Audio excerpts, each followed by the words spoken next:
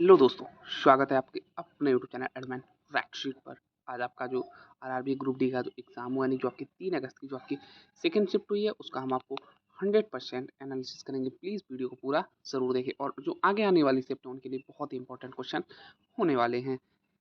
जो आपका क्वेश्चन पूछा गया था कि यदि किसी वस्तु का द्रव्यमान यानी कि मास दोगुना कर दिया जाए तो उसकी गतिज ऊर्जा यानी काइनेटिक एनर्जी पर क्या प्रभाव पड़ेगा। 4 ऑप्शंस आपको दिए गए थे। 4 गुना हो जाएगी, 2 गुना हो जाएगी, आधी रह जाएगी या अपरिवर्तित रहेगी।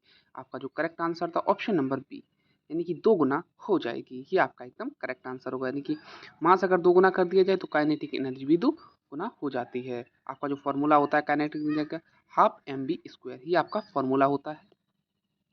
ये बताया हमने आपको कि गतिज ऊर्जा जो कि काइनेटिक एनर्जी का सूत्र होता है कि इक्वल टू हाफ mv² होता है, जहाँ पर v वेग को स्थिर रखते हुए द्रव्यमान को m को दोगुना करने पर गतिज ऊर्जा की भी सीधी दोगुनी हो जाएगी। यदि वेग दोगुना किया जाता है तो गतिज ऊर्जा 4 गुना हो जाती है। अगर अभी आप वेग दोगुना करेंगे तो गतिज ऊर्जा 4 गुना हो जाएगी। यहाँ पर मास पूछा था इसलिए 2 गुना ही रहेगा। अगला जो आपका क्वेश्चन पूछा गया था कि निम्नलिखित में से किस रंग के साथ के प्रकाश का प्रकीर्णन वायुमंडल में सबसे अधिक होता है। यह क्वेश्चन आपका पूछा गया था। 4 ऑप्शंस दिए गए थे। ए लाल रंग, बी पीला रंग, सी नीला रंग और डी हरा रंग।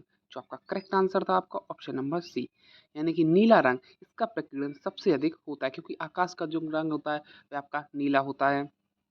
ये होता है किसके लिए है? ये होता है प्रकाश के प्रकीर्णन के कारण। ये भी पूछा जा सकता है कि आकाश का रंग नीला किस कारण होता है, तो आपको बताना है प्रकाश का प्रकीर्णन के कारण। ये बात आपको याद रखनी है क्योंकि इसका सबसे ज़्यादा प्रकीर्णन होता है नीले रंग का। यही बताया हमने आपको। इसको हमने कुछ एक्सप्लेन किया जिससे आपका क्वेश्चन एकदम क्लियर हो जाएगा कि लॉर्ड रेले के प्रकीर्णन नियम के अनुसार जिस रंग की तरंगदैर्घ्य जो आपकी वेवलेंथ सबसे कम होती है उसका प्रकीर्णन सबसे अधिक होता है। नीले और बैंगनी प्रकाश की तरंगदैर्घ्य सबसे कम होने के कारण वायुमंडल में सबसे अधिक फैलता है, जिससे आकाश का रंग नीला दिखाई देता है। आपका जो अगला क्वेश्चन है कि वर्क और एनर्जी का एसआई मात्रक क्या है। ऑप्शन है newton, B watt, C joule और डी पास्कल। आपका जो करेक्ट आंसर होगा ऑप्शन नंबर सी, यानी कि जूल आपका एकदम करेक्ट आंसर है। वर्क और एनर्जी का जो एसआई मात्रक होता है आपका होता है जूल। इसी कुछ हमने एक्सप्लेन भी किया, इसको आप देख सकते हैं कि कार और ऊर्जा दोनों ऐसा ही मात्रक जूल होता है। 1 जूल बराबर होता है 1 न्यूटन मीटर होता है। न्यूटन बल का, वाट शक्ति और पास्कल दाब का मात्रक होता है। ये बात आपको याद रखनी है। अगला जो आपका क्वेश्चन है कि तत्वों का त्रिक नियम किस वैज्ञानिक द्वारा प्रतिपादित किया गया था। ऑप्शन थे ए मेंडलीव, बी डोबे, राइनर, सी न्यूलैंड्स और डी मोसले। जो आपका करेक्ट आंसर था ऑप्शन नंबर बी, डोबे राइनर आपका एकदम करेक्ट आंसर था। इन्होंने तत्वों का त्रिक नियम को प्रतिपादित किया था। ये आपको याद रखना है, आगे आने वाली शिफ्टों में पूछा जा सकता है। इसी कुछ हमने एक्सप्लेन भी किया है कि जर्मन रसायनज्ञ वोल्फगैंग रोवेनाइडर के समान गुणधर्मों वाले तीन तीन तत्वों के समूह जो इसको हम त्रिक समूह कहते हैं बनाए, और बताया कि बीच वाले तत्वों का परमाणु द्रव्यमान उन दो तत्वों के परमाणु द्रव्यमानों औसत के लगभग बराबर होता है। आपका जो अगला क्वेश्चन पूछा गया था कि भोपाल गैस त्रासदी जो आपकी 1984 में हुई थी में किस जहरीली गैस का रिसाव हुआ था। ऑप्शन थे A mustard gas, B methyl isocyanate, C option था आपका कार्बन मोनोऑक्साइड और डी ऑप्शन था आपका फॉस्फीन। जो आपका करेक्ट आंसर था option number B methyl isocyanate आपका एकदम करेक्ट ऑप्शन था। इसी कुछ हमने एक्सप्लेन भी किया जिससे आपका क्वेश्चन एकदम क्लियर हो जाए कि 2 से 3 दिसंबर 1994 की रात भोपाल में स्थित यूनियन कार्बाइड इंडिया लिमिटेड के कीटनाशक कारखानों से जहरीली मिथाइल आइसोसाइनेट गैस का रिसाव हुआ था, यानी कि आइसोसाइनेट इसका एकदम करेक्ट आंसर था। ये आगे आने वाली शिफ्ट में पूछा जा सकता है आपसे। क्वेश्चन है आपका कि कैलामाइन निम्नलिखित में से किस धातु का मुख्य अयस्क है। ऑप्शन है आपके एल्यूमिनियम, बी जिंक, सी तांबा और डी लोहा। जो आपका करेक्ट आंसर है option number C, sorry option number B, जस्ता और जिंक का होता है। कैमा कैलामाइनन जो होता है वह जस्ता से यानी कि जिंक यानी जस्ता से बना होता है। ये भी आपसे पूछा जा सकता है। मिश्र धातु भी पूछी जा सकती है। तांबा किससे बनता है, जैसे पीतल किससे बनता है, ये भी आपसे पूछा जा सकता है। ये बात आपको याद रखनी है क्योंकि ऐसे क्वेश्चन बहुत सारे प्रीवियस ईयर में पूछे गए हैं। जो इसी को हमने कुछ एक्सप्लेन भी है कि कैलामाइन जो आपको ZnCO3 जो जिंक का एक प्रमुख कार्बोनेट अयस्क है, एल्यूमिनियम का मुख्य अयस्क बॉक्साइड और तांबे का कॉपर पाइराइट होता है। अगला जो आपका क्वेश्चन है, पौधे के किस ऊतक यानी टिश्यू का मुख्य कार्य जड़ें द्वारा अवशोषित जल और खनिज लवणों को पत्तियों तक पहुंचाना होता है। ऑप्शन थे A phloem, B xylem, C parenchyma और डी कैबियम। जो आपका करेक्ट आंसर होता है option number B xylem. Xylem होता है यह जल को पहुंचाता है, और जो आपका फ्लोएम होता है यह आपको जो भोजन को पहुंचाने का कार्य करता है फ्लोएम, और जो जल का पहुंचाने का कार्य करता है ये जाइलम होता है। इसी को हमने एक्सप्लेन भी किया, इसको आप देख सकते हैं कि जाइलम ऊतक पौधों में जल और खनिज की एक दिशीय परिवहन के लिए उत्तरदायी होता है, जबकि फ्लोएम पत्तियों में बने होते हैं। आपका अगला क्वेश्चन है कि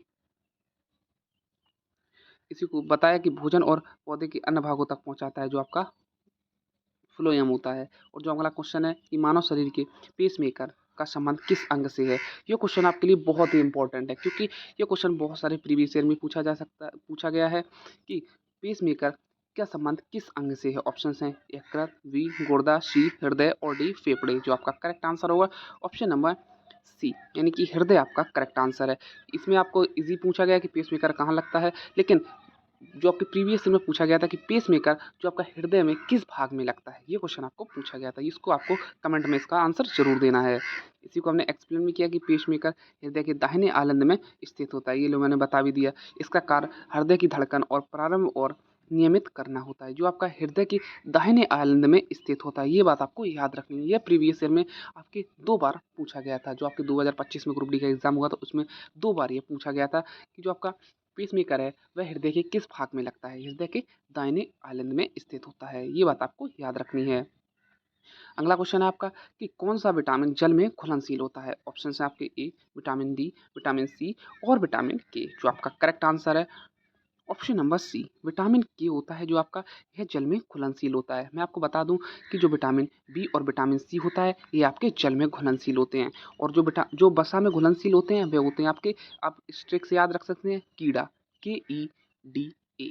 ये जो होते हैं ये आपके वसा में घुलनशील होते हैं। विटामिन के, विटामिन ई, विटामिन डी और विटामिन ए। ये बात आपको याद रखनी है, आगे आने वाली शिफ्टों में पूछा जा सकता है। इसी को हमने बताया है कि विटामिन बी और सी जल में घुलनशील होते हैं, जबकि विटामिन A, D, E के वसा में घुलनशील होते हैं। ये आपको ट्रिक याद रखनी है, कीड़ा KEDA ये वसा में आपके घुलनशील होते हैं, और बी और सी जल में घुलनशील होते हैं।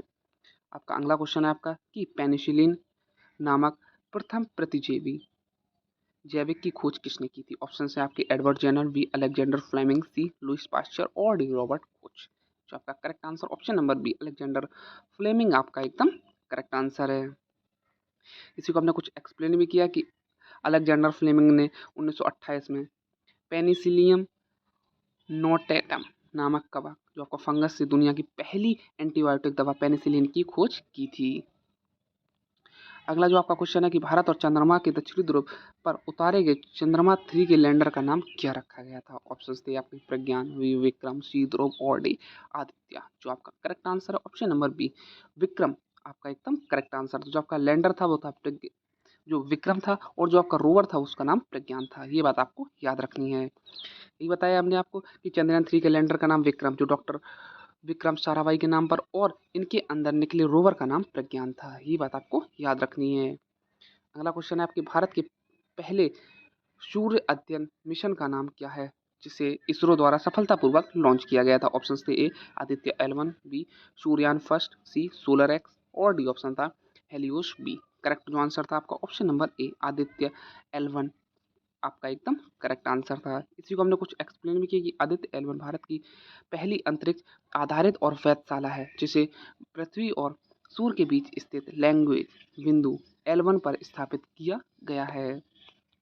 अगला जो आपका क्वेश्चन है कि भारत की पहली चालक रहित मेट्रो ट्रेन का व्यावसायिक संचालन किस शहर की मेट्रो नेटवर्क में शुरू किया गया था। ऑप्शन है Kolkata metro, B Delhi metro, C Mumbai metro और डी ऑप्शन आपका बेंगलुरु मेट्रो। करेक्ट जो आंसर है आपका option number B Delhi metro आपका एकदम करेक्ट आंसर है। यही हमने आपको बताया है कि भारत की पहली पूर्णतः स्वचालित जो चालक रहित ड्राइवरलेस मेट्रो ट्रेन सेवा की शुरुआत दिल्ली मेट्रो में जो आपकी मजेंटा लाइन जो आपकी जनकपुरी वेस्ट वेस्ट से बोटानिकल गार्डन पर की गई थी।